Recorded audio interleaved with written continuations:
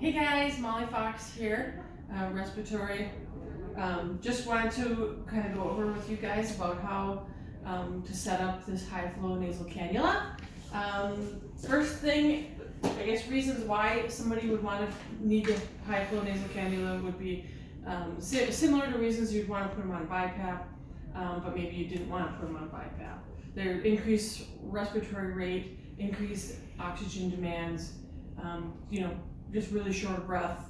Those are people that we would want to put on. Right now, we do not have pediatric nasal cannulas, so right now we're just talking about adult high flow nasal cannula situation. So first thing, hopefully you're gonna call us. That's the plan. Hopefully we're not, we can come and help you guys. But to get started, first thing you're gonna want to do is grab, you need a room with air and oxygen in it. And I think we figured most of these rooms in ER have that capabilities. So what this does is if you don't have them both plugged in, it's going to have this high pitched squealing noise, which is really no fun. So we're going to plug this in here, to the air, and then to the oxygen. Yay. So we're planning to put a standard to work so that it's going to be right on here so that there's going to be no questions. So like right now, it's just kind of a rundown, and then if in real life you'd be able to refer to this to make you feel confident that you can do whatever you need to do. I'll also include the link here for the American Association for Respiratory Care's high flow nasal cannula usage guidelines in the link. So yes, physician order, move the patient to a room with air and oxygen, so that's rooms 3 through 8 in the ER. If you ever hook this thing up, we always have to immediately notify our maintenance department, because right now we've got liquid oxygen piped in a big, huge thing outside, a big tank outside. But our air only comes in K tanks. So they've got like a dozen of them back there. But using this thing, especially on lower oxygen levels, like if it's at 50%, you're putting 50% air through here, which is going to deplete those tanks really fast. So just keep that in mind. We always have to notify maintenance that it's being used. And that's right in here too. So what we're asking at this point with the pandemic, we're concerned we only have so many resources, right? So at this point we're gonna, you guys know how to spike an IV bag, I imagine. But we're gonna wait before we spike the bag because there's only so many bags. If this patient that's gonna be seen just in the ER just short period of time, if they're going to be going to, if they're gonna be going elsewhere, then we just wanna grab a sterile water jug from the back room, and then you would put that into this little humidifier, just pour it in there. And then if the patient stays, then yes, we'll go ahead and spike the bag, and then that will continuously flow the humidifier, flow down to the humidifier. Make sense? Okay, so as far as your oxygen is going to be right here. So RNs, it says there's a big red tag on here. RN adjust FiO2, and then this one, we would prefer that you have RT only adjusting this one. So this is the confusing part of this particular high flow cannula setup, because you guys are really used to adjusting the liter flow on patients with nasal cannula. However, this is flow. It's not, liters per minute. It is, but this is what's with the air hunger of the patient. That's where this is being used.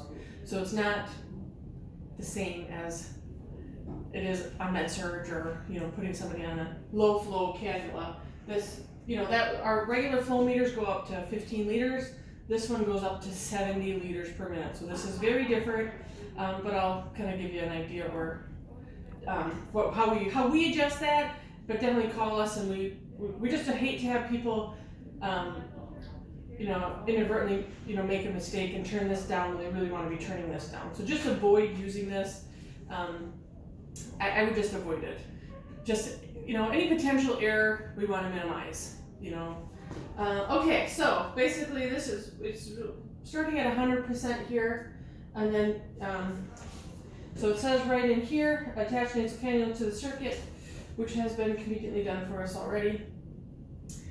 Place your water bag, turn on heater humidifier, and I believe this is supposed to be on the invasive setting, so this is also going to be plugged in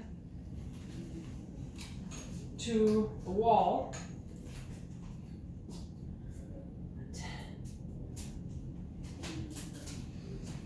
It's for the heater portion of it.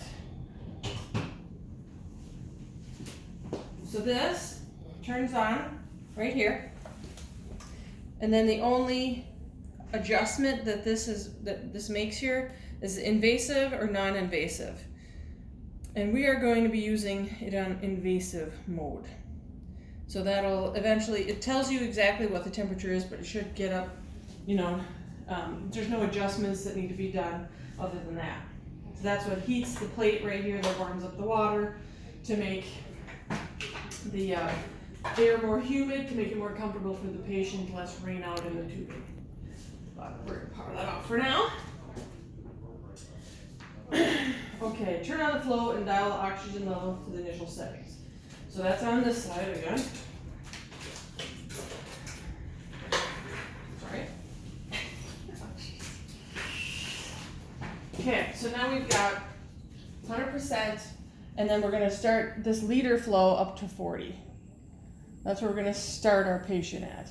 So we've also got this oxygen analyzer that's going to give you an idea of where your oxygen's running, what percentage.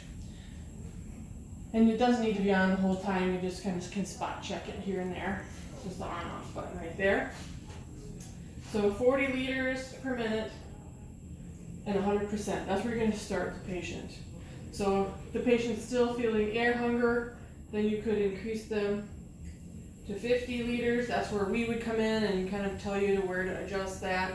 And then as the patient is doing better, we're going to wean the oxygen down.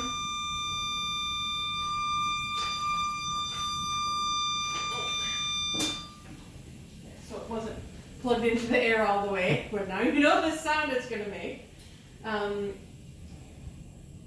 So we could turn down the FiO2 here as the patient's doing better, maybe 50-40%, and then as they're doing better yet, we would decrease the flow. And as they're getting better and better, we're going to think about taking that they don't need this high flow nasal cannula anymore. Yeah.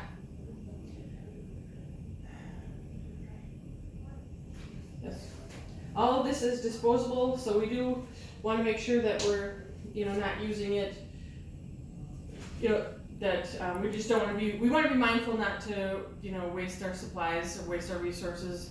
We've got several circuits. We're hoping to get a couple more units in, but right now this is what we got. And call us like always. Okay, thanks.